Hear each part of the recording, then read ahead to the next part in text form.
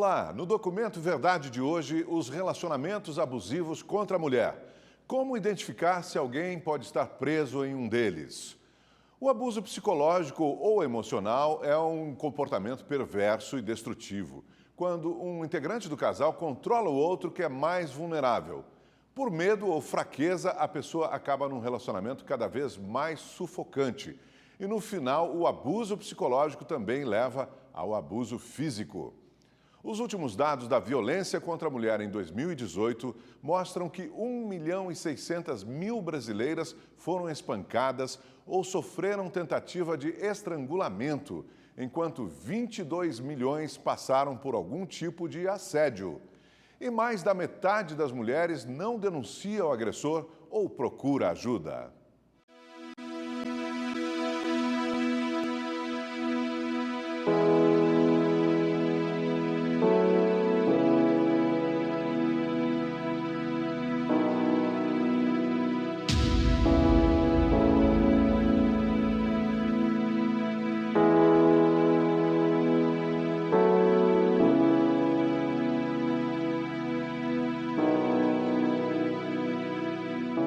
Ele bebia muito, chegava em casa e me batia.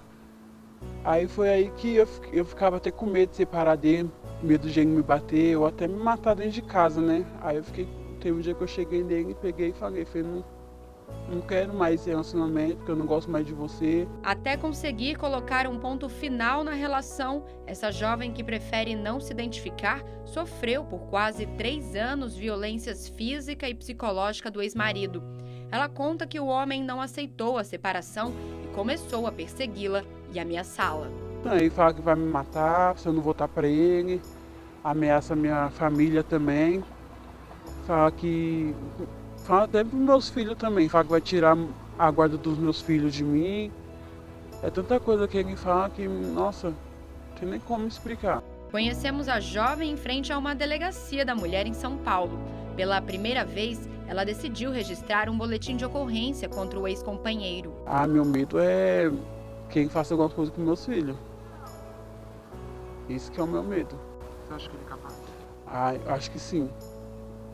Ele já tentou matar a mãe dele, então eu acho que ele é capaz também de matar os filhos dele também. Não só a mãe dele, como o irmão dele também. Então se ele fez isso, se ele teve coragem de tentar fazer isso, ele pode tentar fazer com os filhos dele também.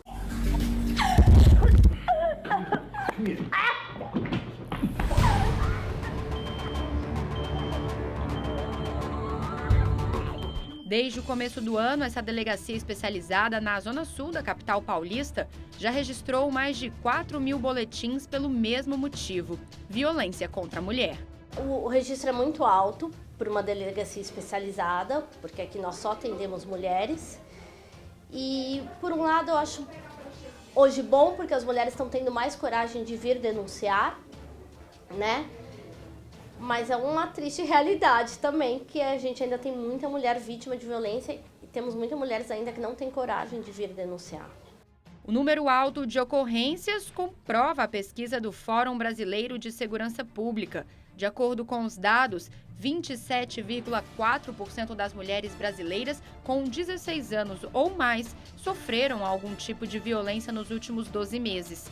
Mais de 16 milhões de mulheres foram vítimas de ofensas verbais, insultos, humilhações, ameaças, agressões físicas, empurrões ou até espancamento. Porém, apenas 10,3% das vítimas denunciaram o agressor. 52% das mulheres não fizeram nada após a violência. A apresentadora Renata Banhara é mais uma vítima da brutalidade e covardia de um ex-companheiro. No dia 21 de janeiro de 2018, ela viveu momentos de terror dentro da própria casa. Ele me espancou, ele começou, eu não sei se foi murro, solto, tudo. Eu não queria relatar tudo de novo, porque eu não consigo. Eu posso te dizer que foi só aquele dia. Eu lembro de tudo. Colocar em palavras é muito difícil. É muito pesado. Enfim, tem envolvido meu filho. Aí meu filho tentou me acolher, não encostou nele. Meu filho foi muito nobre, não encostou nele em nenhum momento. Só me colocava aqui. Meu filho tem 2,2 metros, Meu ex-marido não é tão alto assim, meu filho me colocava aqui nele e me abraçava. O relacionamento durou 10 anos. Um homem, segundo ela, tranquilo, educado e muito amoroso. Mas ela não percebeu quando o comportamento dele mudou. Sinais abusivos são muito sutis, são muito difíceis de serem mapeados. Por isso que é importante essa matéria, por isso que é importante a gente falar com as mulheres o quão é difícil mapear esses sinais. Não é receita de bolo. Porque o meu não falava palavrão, o meu não me agredia, o meu não me beliscava, o meu não me insultava. A agressão teria sido porque ela descobriu uma traição do ex-marido enquanto estava internada no hospital por causa de uma grave infecção no cérebro que a deixou debilitada. Eu fazia de tudo e aí eu não percebia o que estava acontecendo. E no hospital, ele pouco vinha me visitar. Na verdade, ele não ia me visitar. E todos os dias no hospital eu colocava um pijama diferente, de uma cor diferente. Era a forma de eu achar que eu ia recompensá-lo ou que eu ia enfeitar os olhos dele, porque eu estava muito feia, deformada. Eu fui pesar 36 quilos a mais, rosto deformado, meu rosto derreteu, tive paralisia facial. Eu fiquei sem andar, porque eu operei os joelhos ficaram muito inflamados. Meu pé, eu estava as juntas todas inflamadas, eu fiquei um monstro. Então eu me punia por isso. E aí eu queria recebê-lo linda e maravilhosa. Então todos os dias eu trocava meu pijaminha achando que ele ia vir. Todos os dias. E ele não vinha. Abalada fisicamente e emocionalmente, Renata não deixou o crime cometido pelo ex-marido passar em branco e denunciou o agressor. Eu saí de lá, eu saí de casa, eu e meu filho conseguimos fugir de casa, fomos para a delegacia. Na delegacia fizemos de corpo de delito, depois eu nunca mais ouvi, nunca mais entrei em contato com ele, nunca mais falei com ele. Depois de viver na pele a agressão física e psicológica, a apresentadora passou a perceber que muitas mulheres, assim como ela, chegam desamparadas nas delegacias. Hoje ela ajuda vítimas que passam pelo mesmo drama. Com o projeto Sentinela do Bem, voluntários fazem plantão na porta das delegacias da mulher da cidade. A ideia é oferecer mantimentos e apoio à vítima que está lá para denunciar mais um agressor. O kit é como se fosse um exame de laboratório. Quando você vai ao laboratório tem água, suco, bolacha doce, bolacha salgada. Está vazando a voz de uma criança. Isso é muito comum na delegacia da mulher.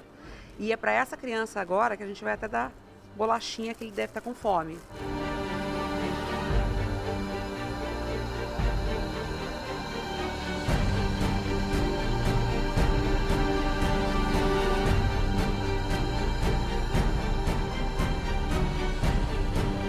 Estar em um relacionamento abusivo não quer dizer necessariamente apanhar.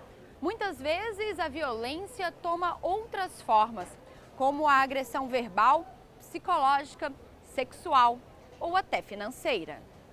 Daniele sabe bem o que é isso. Faz uns 2 anos e meio, mais ou menos, que eu convivo com um relacionamento abusivo. Não são agressões físicas, são agressões psicológicas, sexuais, porque eu custei muito a me dar por conta de que isso era um relacionamento abusivo. Eu achava que o problema era eu. Foi depois de um término e de coisas muito ruins que aconteceram, envolvendo dinheiro, famílias, que eu consegui, através do diálogo com outras pessoas, descobrir que eu estava num relacionamento abusivo. À época em que viviam juntos, ela recebia mensagens no celular como essas. Em uma das conversas, o homem manda inúmeros xingamentos e insultos contra Daniele. E ela responde: "Tô cansada de só me chamar assim. Conversa comigo direito." Para esta psicóloga, nem sempre é fácil identificar os sinais de abuso do parceiro ou da parceira. Quando você está inserida na relação, não é só a parte ruim, né? Tem todo um outro conjunto, toda uma outra combinação com a parte gostosa, do carinho, da companhia, né? Uma relação ela não é só feita inicialmente com esses itens de abuso.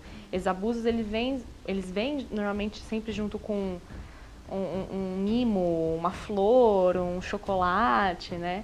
Então a pessoa é quase que um elemento contraditório. Poxa, mas o meu parceiro romântico que me dá tanto afeto e carinho nesse quesito, como que ele pode estar sendo o próprio vilão, né, dessa história? Como que ele, que está me dando, por um lado, tantos elementos bons, tantos que a gente chama na área de comportamento de reforçadores, pode ser a pessoa que também está me punindo tanto assim? Você cria meio que uma imagem paradoxal, né, que não, a pessoa que está inserida na relação abusiva, ela não vê com a mesma facilidade quem vê de fora. Porque quem vê de fora consegue observar de um jeito um pouco mais... Não, peraí, isso aqui tá ruim, isso aqui é um abuso, essa pessoa tá tendo sua liberdade restrita. Só que quem está inserido não necessariamente está vendo com essa mesma forma, porque tem acesso a essa parte reforçadora por outro lado.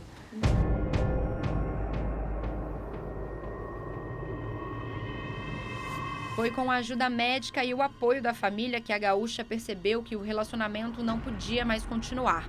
O abuso também era sexual. O sexo tinha que ter sempre, porque quem não tem em casa procura na rua, independente do que tinha acontecido, independente de eu estar nos meus dias ou não. E eu acabei criando uma dependência muito grande por essa pessoa, porque eu tinha vergonha do que eu vivi com ele e eu não conversava com ninguém durante esse relacionamento. Depois eu comecei a conversar e foi muito importante o retorno que eu tive das pessoas, do ponto de vista delas, e a ajuda que eu fui procurar. A relação abusiva, ela envolve 3 aspectos. Nós costumamos dizer que essa relação é como se tivesse um código, um SIC. Quais são os aspectos? O controle excessivo é aquele controle sobre a maneira de ser, de agir, falar da parceira. O isolamento da família, dos amigos, do território seguro. E os ciúmes em excesso. Aqueles ciúmes que muda a forma de ser da pessoa. Será que você está numa relação abusiva? Esse violentômetro desenvolvido por uma unidade de mulheres contra relacionamentos abusivos pode ajudar a responder essa pergunta. A escala orienta mulheres aos níveis de violência e as consequências que cada atitude pode gerar. Várias delas, como piadas ofensivas, culpar, humilhar em público, machucar, já fiquei internada por causa disso, e entre outras coisas. A Jéssica topou participar do teste e revelou que já foi vítima de um relacionamento abusivo. Bater. O machucar fisicamente foi a gota d'água. Aí foi aí que eu comecei a perceber que não era uma forma de cuidar, que não era carinho, que meus amigos estavam certos.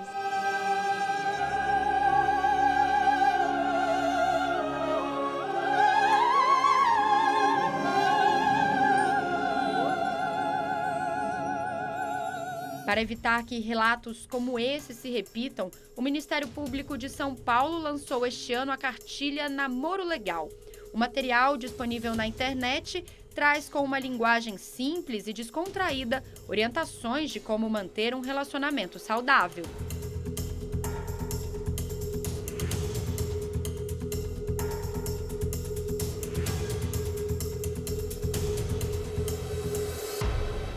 São 7 dicas bem práticas que ajudam a identificar comportamentos abusivos e mostram o que fazer quando o namorado é controlador. O que fazer? Impor limites. Impor limites bem definidos. Manter sempre o seu território seguro. Não se isolar. Não abandonar a sua autonomia. Não permitir o isolamento. E se isso já aconteceu, o que ela pode fazer? Ainda assim, impor limites. Retomar aos poucos aquele espaço que ela perdeu na relação. A dica de ouro para a promotora é entender que a mulher não tem o papel de transformar feras em príncipes encantados.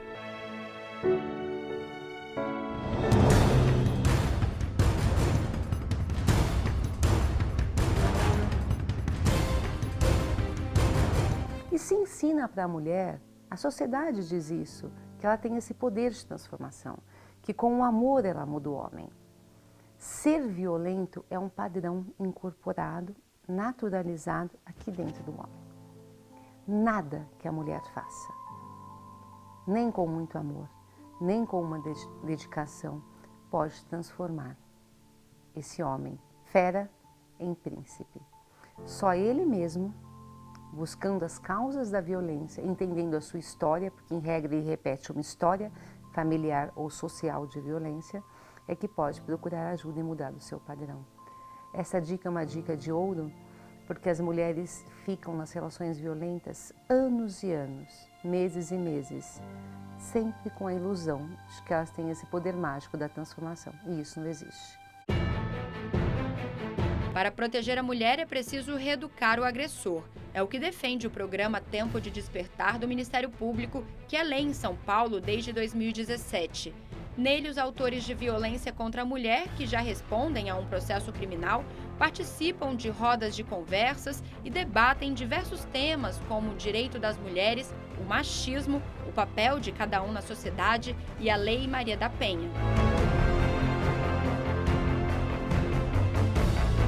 E nós já sabemos que eles estão envolvidos em algum conflito de violência contra a mulher e tentamos fazer com que ele reflita a respeito do seu comportamento para evitar também que essa violência que começou com um xingamento, com uma agressão física, psicológica, que é crime de violência contra a mulher, se intensifique a ponto de ser um feminicídio. Idealizadora do projeto, a promotora de justiça Gabriela Mansur afirma que o programa de grupos reflexivos é um dos meios mais eficazes para prevenir e combater a violência doméstica. Eles entram com muita raiva, eles entram reticentes, incomodados com o fato de estarem aqui, eles entram se sentindo injustiçados, mas ao final eles percebem que a injustiça é contra as mulheres, que não merecem violência nenhuma por serem mulheres. Há espaço para todo mundo, a lei é igual para todos e para todas, e é necessária essa conscientização e responsabilização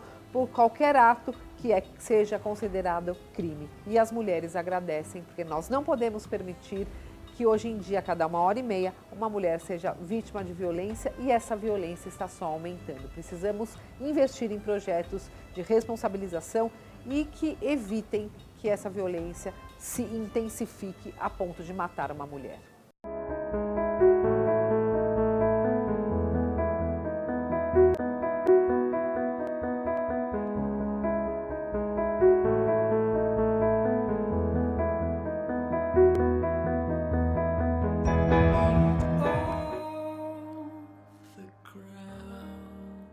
A mesma iniciativa já acontece em quase todos os estados brasileiros, mas nem todos conseguem atender a demanda. Quase 200 homens já passaram pelo programa na cidade de São Paulo.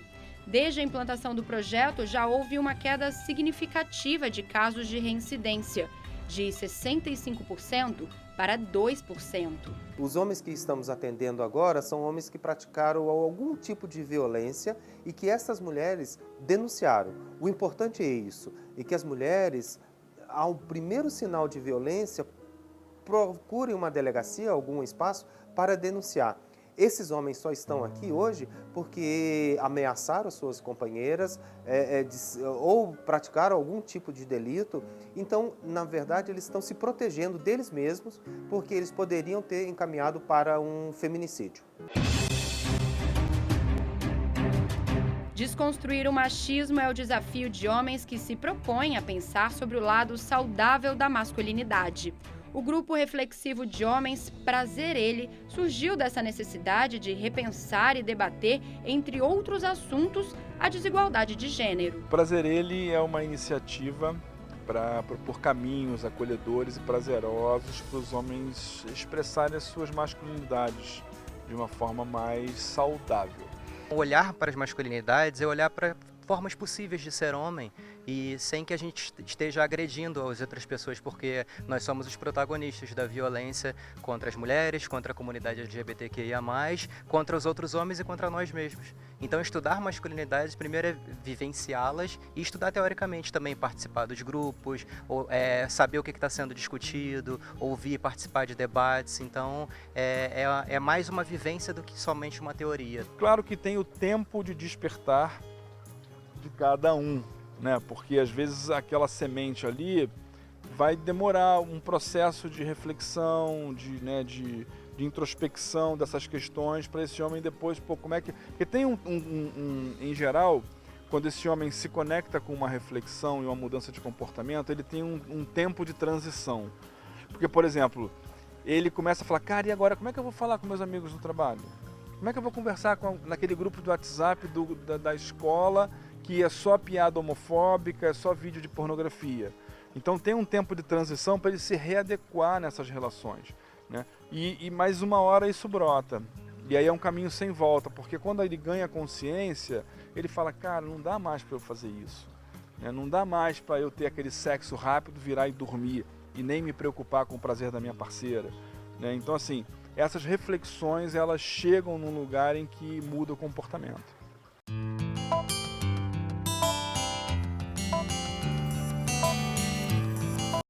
E o estado de Pernambuco ficou conhecido nacionalmente como um dos mais violentos contra a mulher, mas aos poucos enfrenta a luta contra o abuso.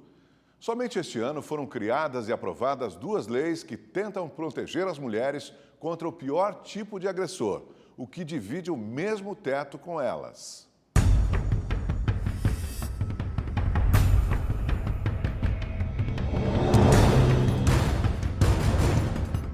A cada 6 segundos, uma mulher é vítima de ameaça no Brasil.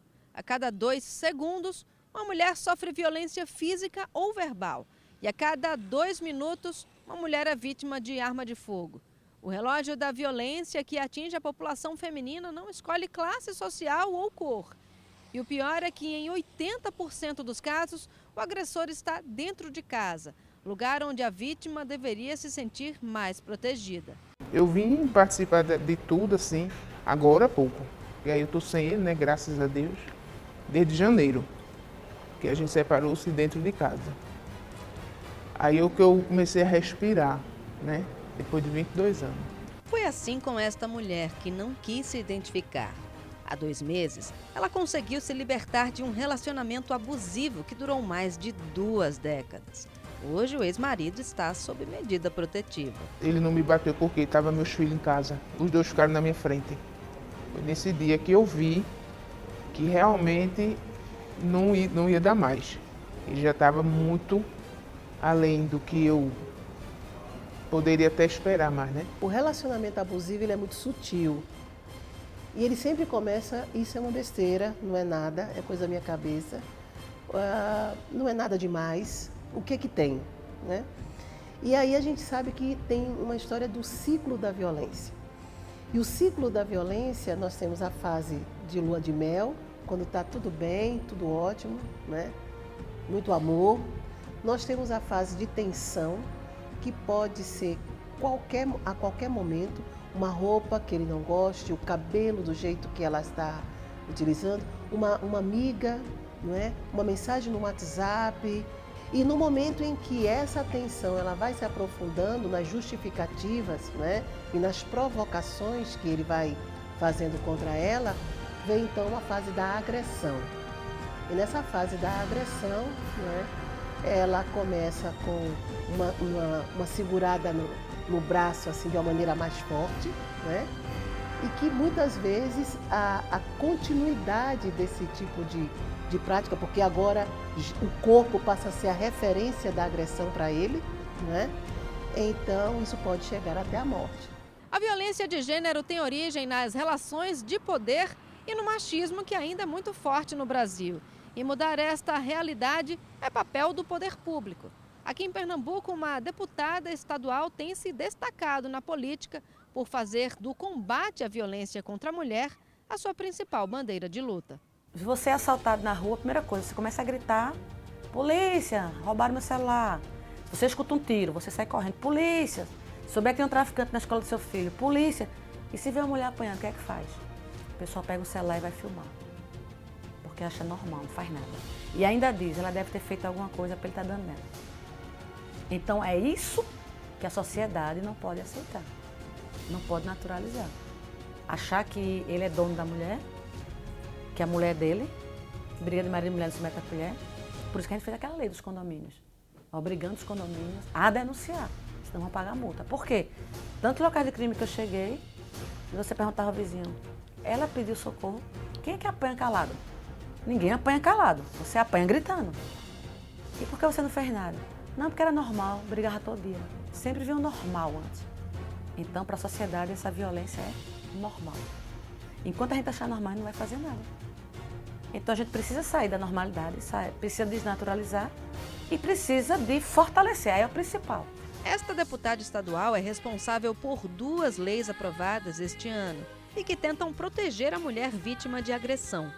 Uma delas obriga os condomínios a denunciarem casos de violência doméstica nas dependências do edifício. A outra prevê que 5% das moradias construídas com verba pública sejam destinadas a mulheres vítimas de violência. A gente tem que trabalhar a prevenção. Não adianta só repressão. Um crime dentro de 4 paredes, onde não chega para a polícia. Adianta só a repressão. A mulher não está denunciando, porque a mulher está com medo. Muitas acreditam que vai mudar o agressor. Outras acreditam que a culpa é dela, a maioria acredita. O que ele faz, ela acreditar que a culpa é dela. Se não trabalhar a prevenção, fortalecimento dessa mulher, ela não vai sair da relação abusiva. Elas vão morrer. We are the same.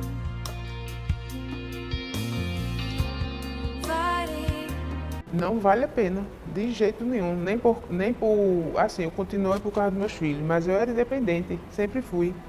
E continuava ali porque questão de família, né, família e tal, unido junto. Mas assim, não vale a pena. Se você não tem renda, você tem um amigo, você tem um parente, não vale a pena você se negar, que eu me neguei um bom tempo, em troca de quê, em nome de quê? Porque no final não dá. Você vai terminar o quê? Ou morta, ou num hospício, né? E seus filhos, por aí. A gente passa por muitas coisas, pensando que lá na frente vai ter retorno, vai melhorar, mas e vai viver em paz. O pior, a gente passa por tudo e passa em vão.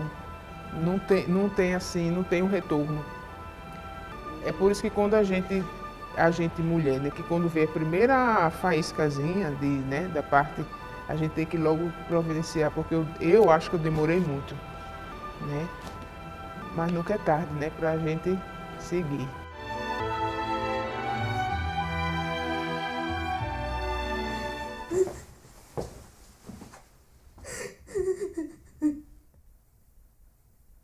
De volta com o documento Verdade.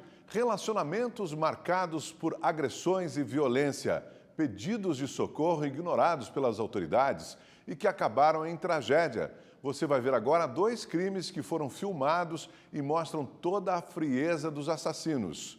Mas existe uma saída, uma rede de apoio que pode ajudar a salvar a vida de mulheres vítimas de relacionamentos abusivos.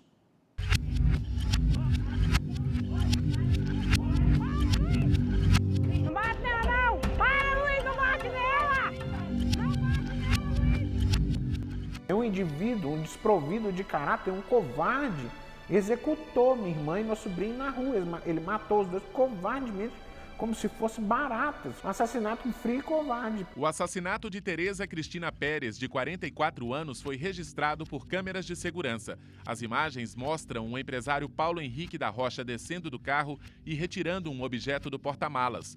Depois ele se aproxima da ex-mulher e atira. A vítima cai após o primeiro disparo e, mesmo assim, é baleada mais 3 vezes. As imagens não mostram, mas antes de matar Tereza Cristina, Paulo Henrique matou o filho dela, Gabriel Pérez Mendes, de 22 anos, que tentou defender a mãe. O motivo? O homem de 33 anos não aceitava o fim do relacionamento. O crime foi no dia 29 de julho, em Belo Horizonte. Na hora que eu fui chegando, já vi que é um monte de gente. Eu falei, não é possível. Eu cheguei lá, vi meu sobrinho de boca no chão, morto, com um tiro no ouvido, né? Minha irmã caída de costas lá, de barriga para baixo, na subidinha do morro, com 4 tiros. Sabe? Eu fiquei sem, né? Eu falei, eu não acredito nisso. E aí um dia eu vi, e passou no outro dia, eu não tinha visto, eu vi a filmagem na câmera, esse cara matando minha irmã. Eu peço a Deus todo dia para me esvaziar daquela imagem, porque veio isso na minha cabeça. Tereza e Paulo Henrique ficaram menos de 2 anos juntos. Segundo a família da vítima, as agressões começaram logo nos primeiros meses do relacionamento. Ele a xingava, né, chamava ela de palavrões mais pejorativos, né? Chamava de interesseira, prostituta, né? Minha irmã era mais velha que ele, chamava ela de velha, entendeu? Isso foi piorando com o tempo, né? Isso foi algumas coisas que eles foram falando no começo e depois ele já começou a colocar a mão. A ex-fisiculturista chegou a ser agredida dentro de um hotel em Maceió durante uma viagem de férias. Ele quis trancar ela no quarto. Eu acho que ele ia executar o que ele queria aqui. Só que as pessoas viram ao redor e ela conseguiu fugir. Com a separação, Tereza Cristina passou a ser perseguida e ameaçada. Registrou 7 boletins de ocorrência, fez exames de corpo de delito e solicitou medida protetiva. Mas nada foi capaz de controlar o ex-companheiro, que chegou a publicar fotos íntimas dela na internet. Minha irmã nua, na intimidade com ele, né? Eu li as mensagens que ele mandava para minha irmã. Ele mandou uma mensagem para minha irmã, para o meu sobrinho, falando assim: olha, eu sei com que roupa que você está nessa clínica aí hoje. Eu sei que você está na clínica, no consultório agora. Eu sei que você está agora na academia. Eu tô te vendo daqui. E ela falava com ele assim: se você estiver me seguindo, eu vou chamar a polícia para você. E ele: não chama nada. Se você morrer, no máximo que vai acontecer comigo, eu vou ficar 6 anos, 7 anos e eu vou sair. E eu vou matar seu filho, porque aí você vai sofrer de verdade. Esse bebezinho seu. Vizinhos contaram que no dia do crime, Paulo Henrique ficou cerca de 4 horas na rua antes de assassinar a ex-mulher e o filho dela.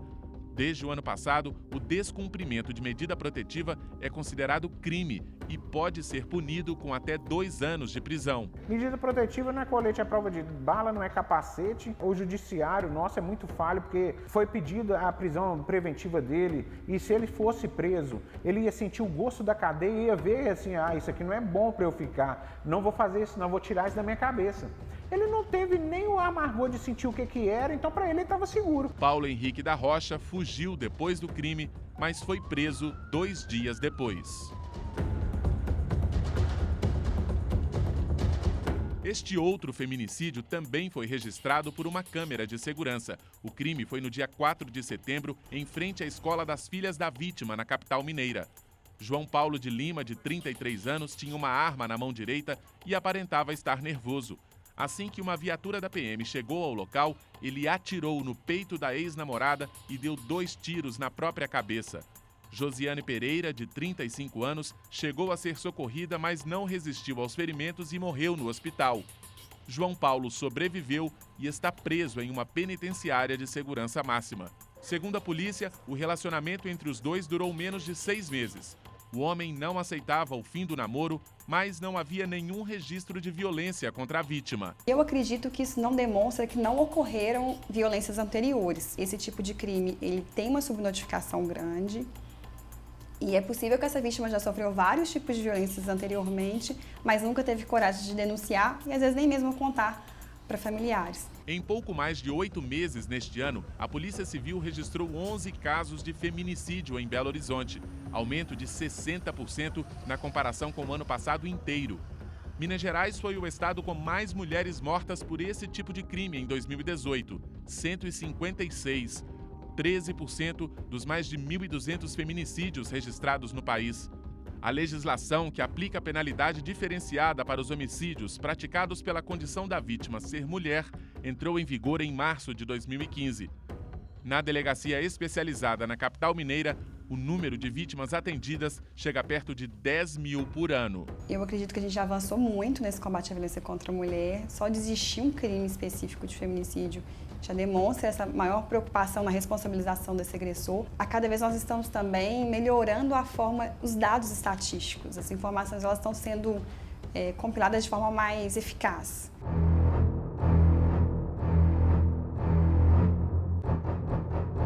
Na Polícia Militar, o trabalho é educativo. Criado há 9 anos, o Serviço de Prevenção à Violência Doméstica atua em 31 municípios mineiros. Nos primeiros 8 meses de 2019, quase 2.000 famílias foram atendidas. Mais de 600 suspeitos de agressão são monitorados e 61 foram presos. São visitas inopinadas. Não é estabelecido nem dia e nem horário, justamente para que nós tenhamos a garantia da quebra desse ciclo da violência. Então, tanto a vítima quanto o agressor, em horários diversificados, eles são visitados para que realmente nós tenhamos a garantia dessa quebra. Nós vamos acompanhar uma visita dos policiais à casa de uma mulher que já registrou mais de 15 ocorrências contra o ex-marido. Ela solicitou medida protetiva e mesmo com tornozeleira eletrônica, o homem já foi preso 2 vezes. Por questão de segurança, a mulher não será identificada. Hoje a gente apresentou a Lei Maria da Penha, né? Que a gente apresenta uma cartilha da Lei Maria da Penha, a gente explica os artigos da Lei Maria da Penha, explica os tipos de violência, explica os órgãos de apoio da mulher. A vítima tem 46 anos e a separação veio depois de 23 anos de relacionamento. Sempre teve, né, agressões. O tempo que eu fiquei casada teve agressões psicológicas, né, agressão. Então foi assim, um casamento todo com essa dificuldade. Como eram essas agressões? O que ele falava e ele batia em você? Sim, era física, psicológica, verbal e todo tipo de agressão. Que tipo de coisa você já ouviu dele? Você é vagabunda, você não presta, eu vou te matar. Esse tipo de ameaça. Por quê? Eu não sei. Eu não sei porque eu nunca dei motivo pra ele. E assim, aí depois que separei, aí que as agressões, as ameaças, né, aumentaram. Você separou por isso? Você não aguentava mais? Foi. Muita agressão, muita, né, psicológica. E, assim, chega num certo ponto que a gente, né, não aguenta. Segundo as equipes da Patrulha de Prevenção à Violência Doméstica, em mais de 90% dos casos atendidos por eles, o homem deixa de agredir a mulher. É importante salientar que a presença de uma viatura da Polícia Militar para esse agressor faz com que ele saia daquele lugar oculto que é a casa. Começam a cumprir a medida protetiva por causa dessa fiscalização que a gente faz. Então, muitas vezes, é eficaz o serviço não necessitando de prisão. Muitas mulheres que sofrem com a violência e o risco de morte são encaminhadas para abrigos como forma de proteção. É o caso da Cecília, que passou 7 meses numa casa de apoio junto com o filho de 2 anos. Para mim, eu cheguei no céu, porque lá eu tive acompanhamento psicológico, jurídico, social. A gente tinha oficinas de artesanatos, eu tive a oportunidade de fazer cursos, entendeu, lá dentro. O meu filho tinha acompanhamento psicológico, sabe? Nós temos 3 modalidades de abrigamento. Nós temos o emergencial, que a mulher fica na casa até 96 horas, quando se trata de final de semana ou feriado. O curto prazo, que são até 20 dias, e até o médio prazo, que são até 90 dias. Não quer dizer que a mulher, aos 90 dias, não sendo possível uma construção de saída segura, ela vai ser desligada. Muito pelo contrário. Não foi o caso da Cecília, mas algumas mulheres acabam voltando para o agressor e passam pelo abrigo mais de uma vez. Ela volta por necessidade financeira, porque ela não tem um outro lugar e o sustento se dá por ele, enfim. E a questão de tempo mesmo. Nós não estamos falando de um agressor que ela encontrou na rua, né? Muitas vezes é o pai de seus filhos, é a pessoa que ajudou no momento que ela mais precisou e que, em razão da agressão, coloca em risco a sua integridade física, que pode ser a psíquica, que pode ser a patrimonial, que é a integridade sexual. Quando foi encaminhada para o abrigo, Cecília colecionava traumas. Durante 5 anos, sofreu todo tipo de violência. Foi proibida até de trabalhar. O ex-marido controlava o uso de roupas e não gostava que ela soltasse o cabelo. Na época, não existia a Lei Maria da Penha, que entrou em vigor em 2006. Ele começou, quebrou um dente, depois quebrou 2 dentes e foi quebrando o dente da minha boca. Com o travesseiro, ele tentava me sufocar, entendeu? Batia na minha cara. Coloquei um DIU, né, dispositivo intrauterino, e ele tentou tirar esse DIU com uma chave de fenda, perfurando o meu útero, me causando infecções gravíssimas. Aí ele passou a trancar a porta com corrente, ele passou passar corrente e cadeado por lá de fora, e eu fiquei nessa por 6 meses, eu e meu filho, trancados. Para escapar do cárcere privado, Cecília contou com a ajuda de uma vizinha, que arrombou o cadeado. No mesmo dia, ela procurou a polícia e foi encaminhada para o abrigo. O ex-marido nunca mais apareceu. Quase 20 anos depois, a mulher que escapou da morte ajuda outras vítimas. Cecília é funcionária do abrigo. Começou como porteira e se tornou educadora social. A história dela é um grande exemplo de que é possível dar um basta na violência doméstica e recomeçar. Conheça os primeiros sinais e aí decida a vida de vocês, sai fora, porque nós merecemos respeito, nós não somos propriedade de ninguém, a gente trabalha, a gente tem as mesmas responsabilidades dos homens, então por que a gente tem que apanhar deles, entendeu? Então isso não é justo.